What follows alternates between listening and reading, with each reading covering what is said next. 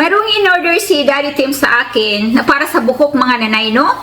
So, nakita ko kasi ito sa online. Kaya, subukan natin. Subukan natin kung gaganda ba talaga ang buhok natin dito.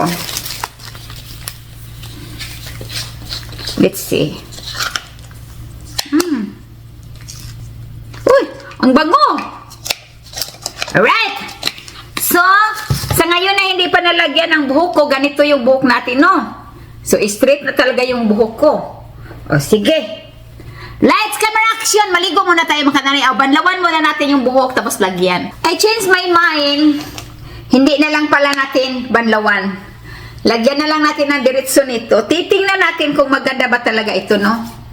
Yan, nag-static na ang hair ko. Titingnan natin. Kasi ang nakita ko doon, sobrang kintab ng buhok. Tingnan natin kung makintab ba talaga.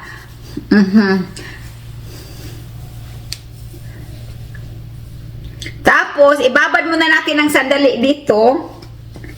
At, paliguan natin ang hair.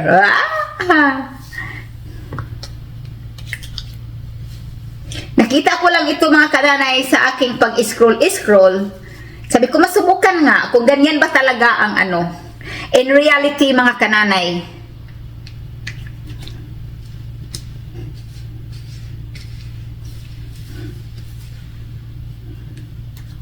Ano ito mga kananay? Brazilian. Brazilian daw kuno. Sabi, ay, may collagen pala ito mga kananay. Collagen. So, tingnan natin.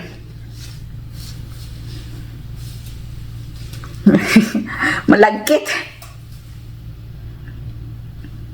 So, ibabad natin ng mga ilang minuto, no? Sa kabanlawan.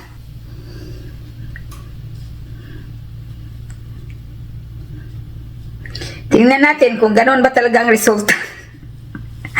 So, ibabad muna natin mga kananay. So, ganyan muna siya, no? So, sa ngayon.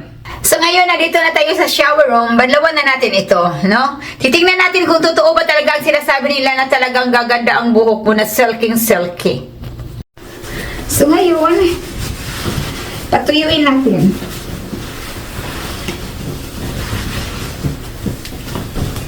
The moment of truth, mga nanay, kung talagang yung pinapakita nila sa video nila ay pareho ba?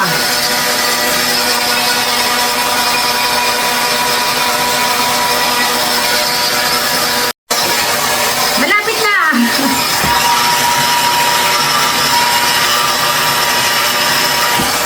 Ang hirap patuyuin yung ganitong buhok mga nanay.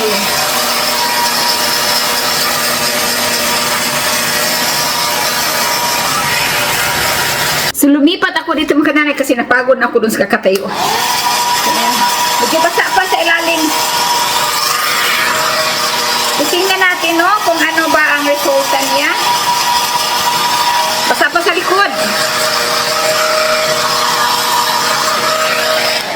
20 minutes lang itong binabad.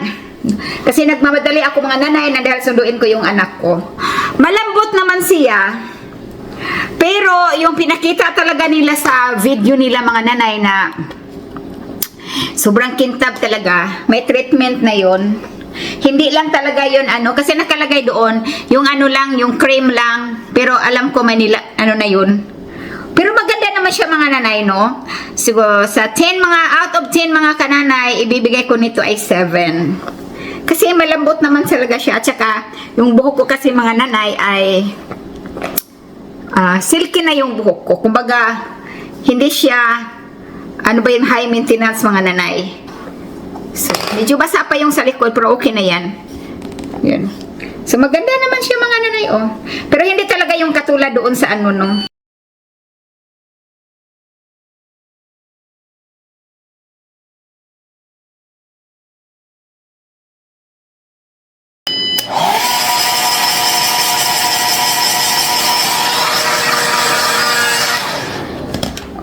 Kananay.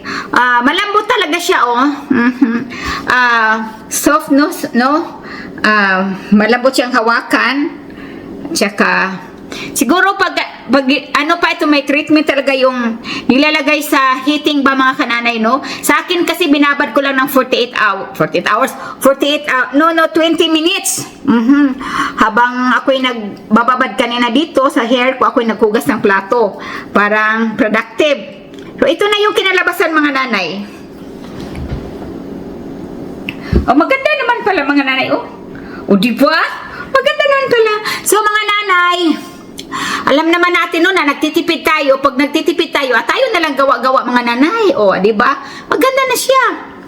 Earrings, lipstick, and eyebrow. Tak na ang dating. Sundo ko sa aking anak mga nanay. Dublihin natin ang ating jacket nang dahil ang ginaw sa labas. Walang snow pero sobrang ginaw. Guy, ginoo. Kumbati lang taan ni makanay, kumbati. Yan. Tapos mag-gloves na rin. Hello everyone, kumusta po sa inyong lahat? Ang inyong nanay Jenny ay nandito na naman mga kanay, magchika muna tayo.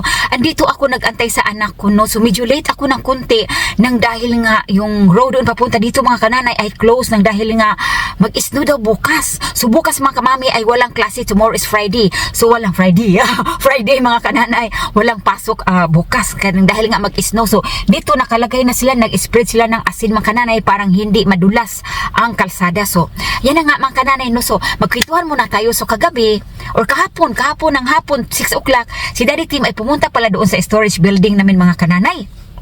At hinahanap yung ano ni Matoy, yung bang sakay-sakayan mga kananay pag mag-slide sa snow. Siyempre, para namang matuwa yung bata mga kananay. So, hindi nakita ni Daddy Tim. Tapos si Daddy Tim nasa cellphone lang talaga pala, naghahanap pala siya kung alin ang tindahan na mayroong stock ng ganyan. So, ngayon mga kananay, nakahanap siya. Pumasok sa kwarto, ang sabi niya, Dear, mayroon doon sa tindahan na ganito. Sabi ko, tira punta natin, pero tapos na kami naligo ni Mateo. Naka-ready na kami ng panghiga mga kananay, nakapajama na, lahat-lahat. Tapos sabi ni Mateo, Daddy, magbibihis pa ako, nakaredy na daw siyang hindi na lalabas pa mga kananay ba.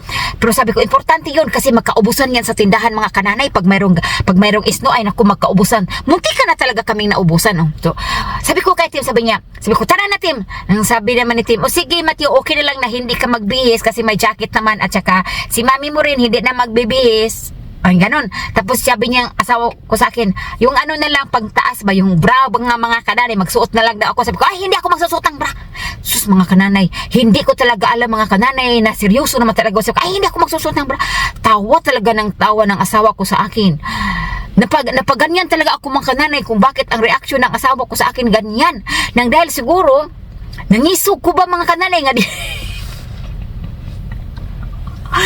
Hindi ko magsuot kasi nga mga nanay, kung ito ba naman ang jacket na isusuot mo, sus paano ba naman yan, hindi na yan makikita mga kananay. Uy, wala kang maano dyan. Tsaka yun na nga, hindi talaga, yun lang talaga ang suot ko mga kananay. Pero may jacket nga, hindi naman mahalata mga kananay kung mayroon kang panglobo, wala. So pagdating namin doon, muntik na kami naubusan. Tapos yung nakuha nga namin mga kamami, may damage na. Binigyan na lang kami ng discount, no? So, ayun, bumili talaga kami. So, bukas, mag-snow daw talaga bukas. And then, snow, ice, and then, snow, slick and ice, no?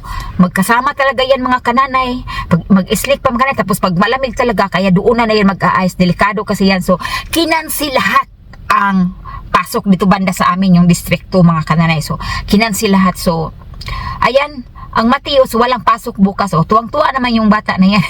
Kasi nga, makapaglaro siya sa snow mga kananay. Sometimes lang kami mag-i-snow talaga, like once a year, twice a year. At saka 2 years na nakalipas mga kananay, wala talaga kaming snow. Nagre-ready kami mga kananay, na-foul kami kasi walang snow. Pero ngayon, mayroon daw. Sabi ko, totoo ba yan? Baka naman katulad yan ng dati na umaasa tayo na mag-i-snow. Wala naman pala. Pero, ayan na nga, sabi niya, sabi na asawa ko, Dear, tingnan mo ito yung sa news ng TV. Sabi ko, okay, ilang inches naman yan? Baka naman half inches. Alam mo, typical talaga akong Pilipino mga kananay, yung bang tapos sabi ko, sige, kung mag-snow din mag-snow, tapos ihanap na natin si Mateo kaagad ngayon ng malaroan niya. Tsaka meron naman siyang, syempre mga kananay na maglalaro yung bata, matuwa yung bata, kasi pag natuwa yung bata mga kananay, mas lalo tayong parents na mas masaya tayo, o di ba mga kananay?